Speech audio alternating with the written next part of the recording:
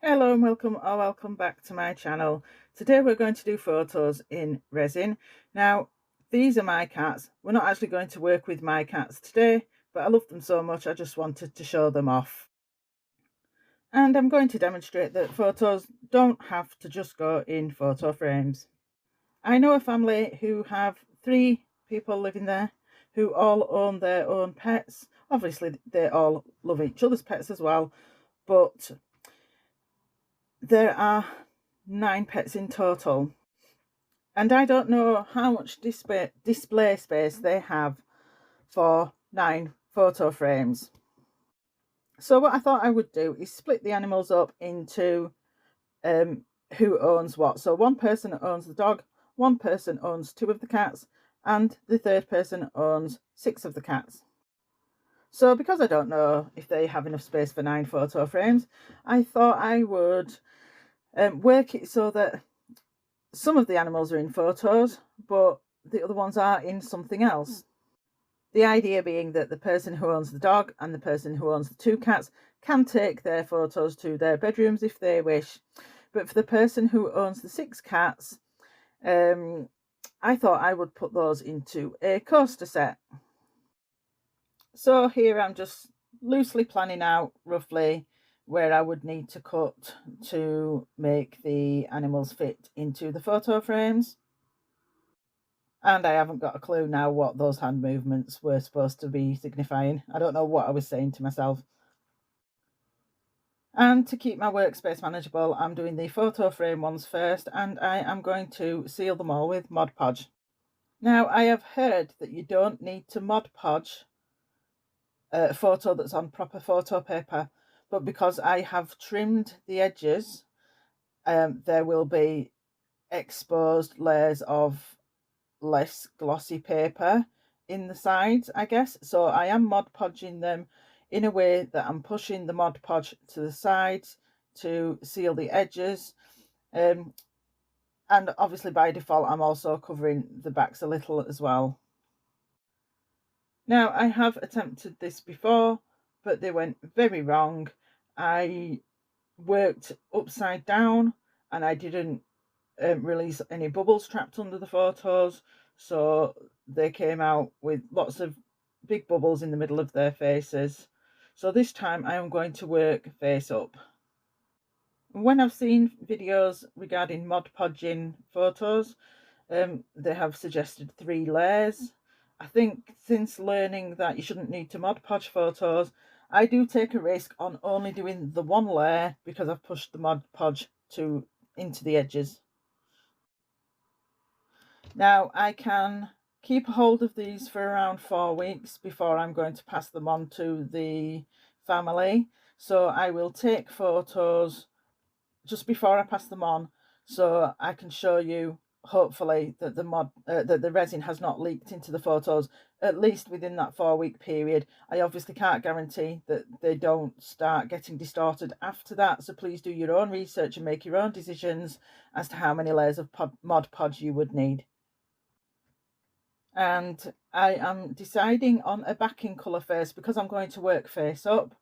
So I decide on black or white depending on the colouring of the animal. So for the dog, I will do a white background, and for the cats, depending on their main colouring, I want the photos to stand out. So if they're a mostly white cat, I'll do a black background and vice versa.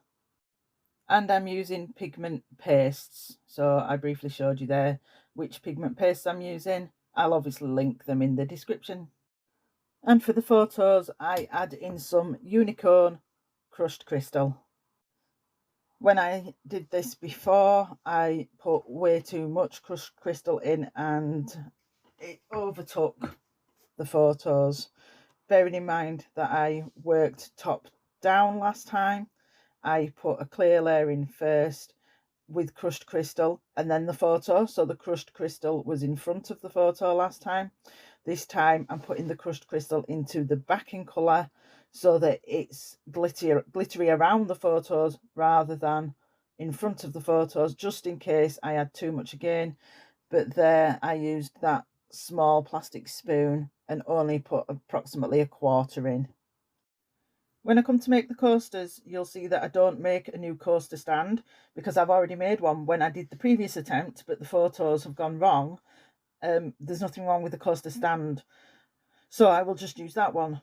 I didn't think about that when making the photos. Here I make another set of photo stands, even though there's nothing wrong with the ones I'd already made, but never mind. I've slowed down the video for this section to show you something. When I took the photos up off of the work surface, some excess Mod Podge came up because of Mod Podging from the work surface onto the photo to push into the edges.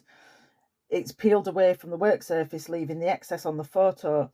So rather than cut it off, which could leave exposed paper edge again, I'm pushing it backwards onto the back of the photo to hopefully keep it sealed on the edges. And here I'm showing you the coaster holder that I previously mentioned.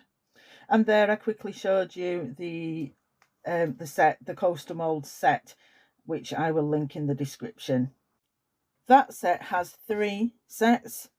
It has 3 shapes, so a square, a round, and a hexagon or octagon. I'm not sure off the top of my head.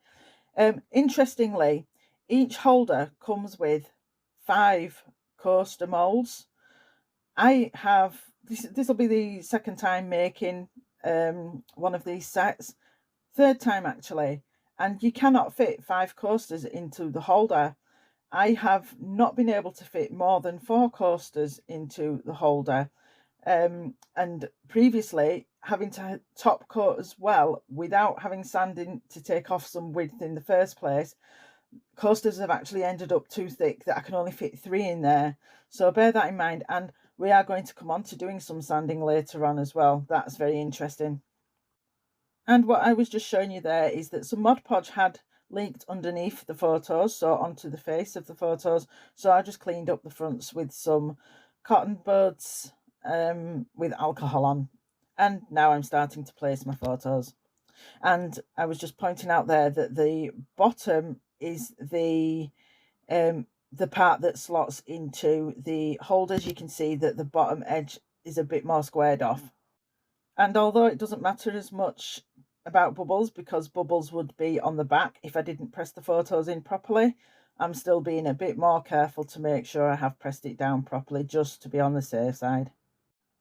And off camera I have already filled some coaster molds and trimmed up and Mod Podged some photographs. Now there are 6 cats that need to fit into 4 coasters. So because I've got to fit 6 cats onto 4 coasters, obviously for that one it was an easy decision to double up 2 cats because they came on the photo like that and it looks natural that way. For the other photos I had to decide which 2 separate photos to put together, and because of my wanting to contrast the background with the cat colours, this black cat went on a coaster by itself. That one I couldn't decide whether to do black or white. But just to even up the coasters, I decided to do him on a black one. And also because the 2 leftover cats are both mainly white, I decided to put them together so that they could go on a black background.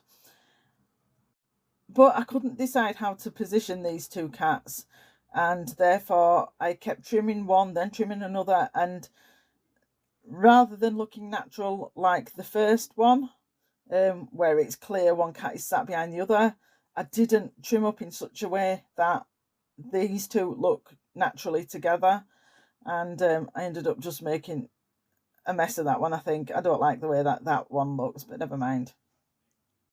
And I apologise, I don't know what I was showing you there with the photos. I have filmed this in around about 2 weeks ago, and I've only just got around to editing it, so I can't remember everything I was saying to myself. Now, I didn't have my working surface 100% level, so the photos have cured in such a way that there is more thickness of resin on, I think, the top side than the bottom side. So I'm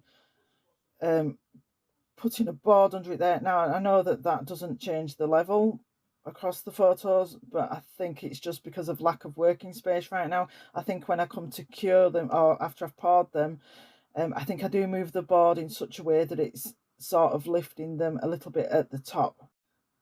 And apparently I was mistaken. I do put crushed crystal in the clear layer as well, but I'm a little bit more careful how much I put in, looking at it against the stick, and even added some extra resin because I was a bit concerned that I had put too much crystal in, so I added a bit more resin to dilute it.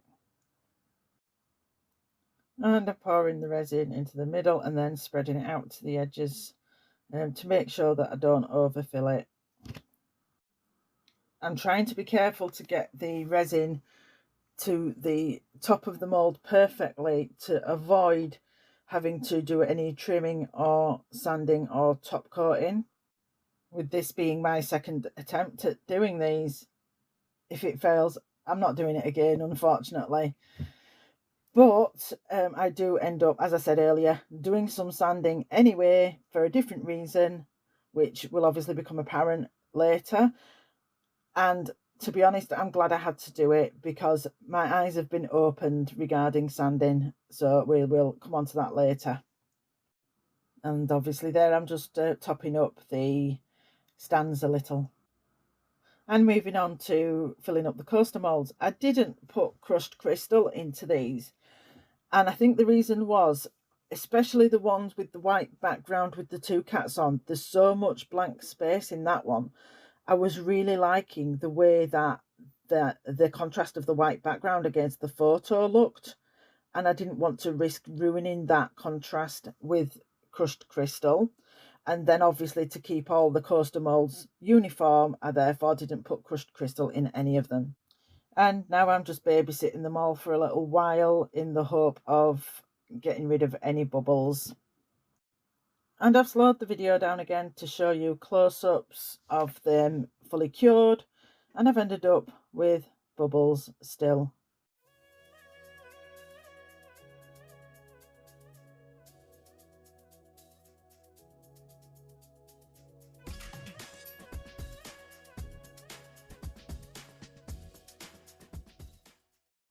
And in an attempt to avoid having to sand, I am hoping that I can just drill into the holes to make them bigger, to fill those holes with resin and then top coat.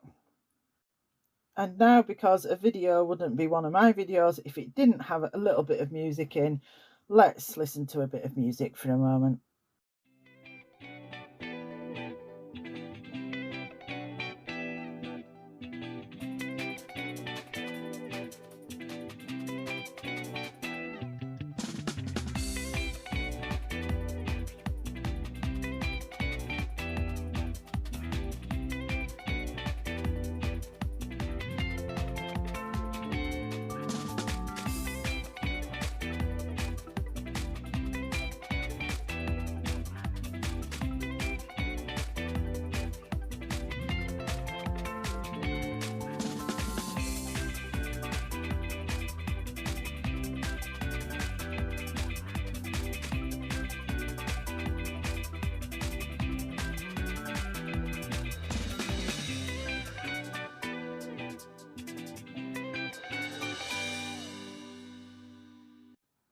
I've tried to clean out any dust along the way, but now I'm going to go around with a micro brush and alcohol and really try and dig into those holes to get all of the remaining dust out.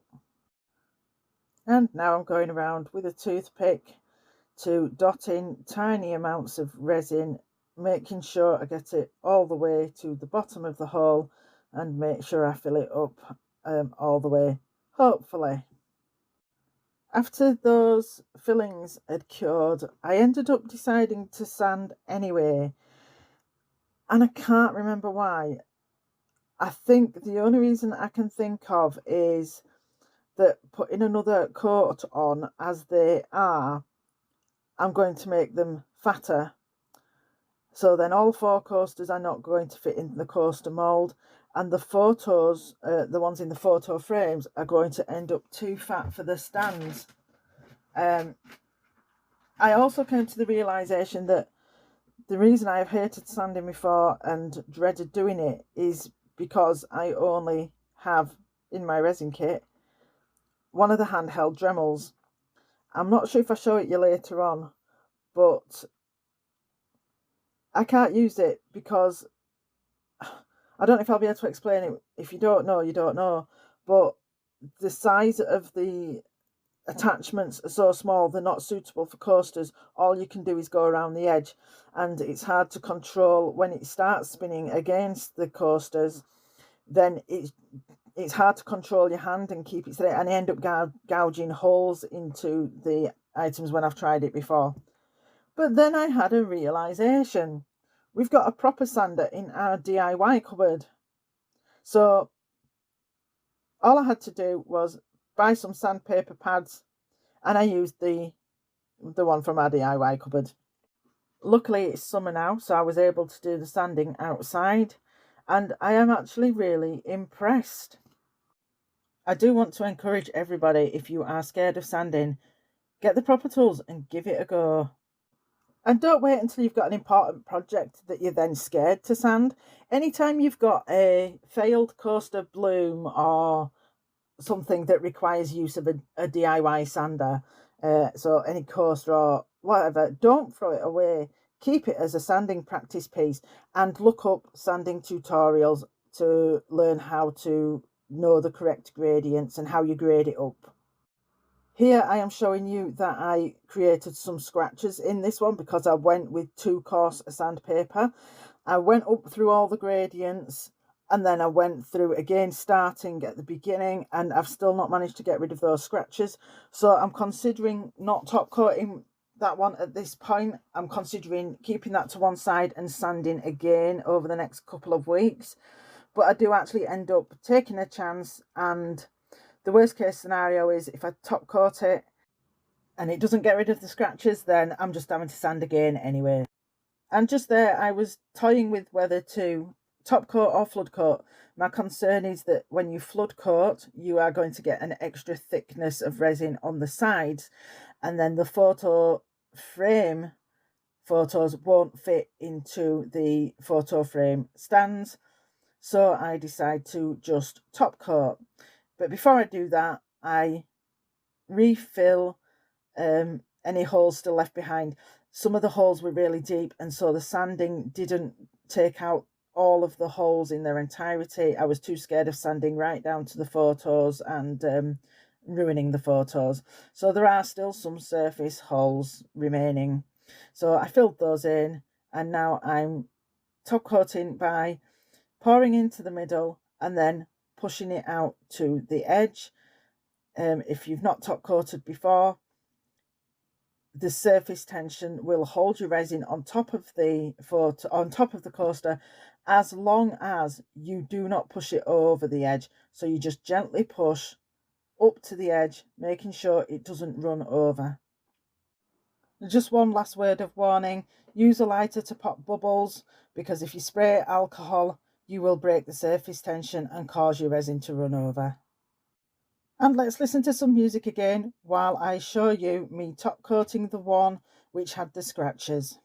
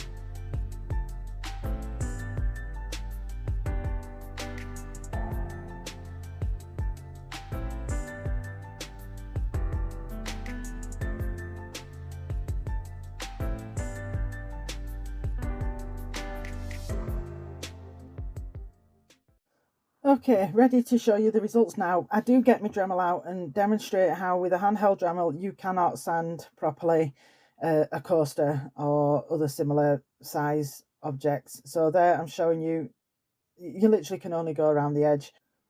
And I'm putting the video back to normal speed now so that I can show you the results better.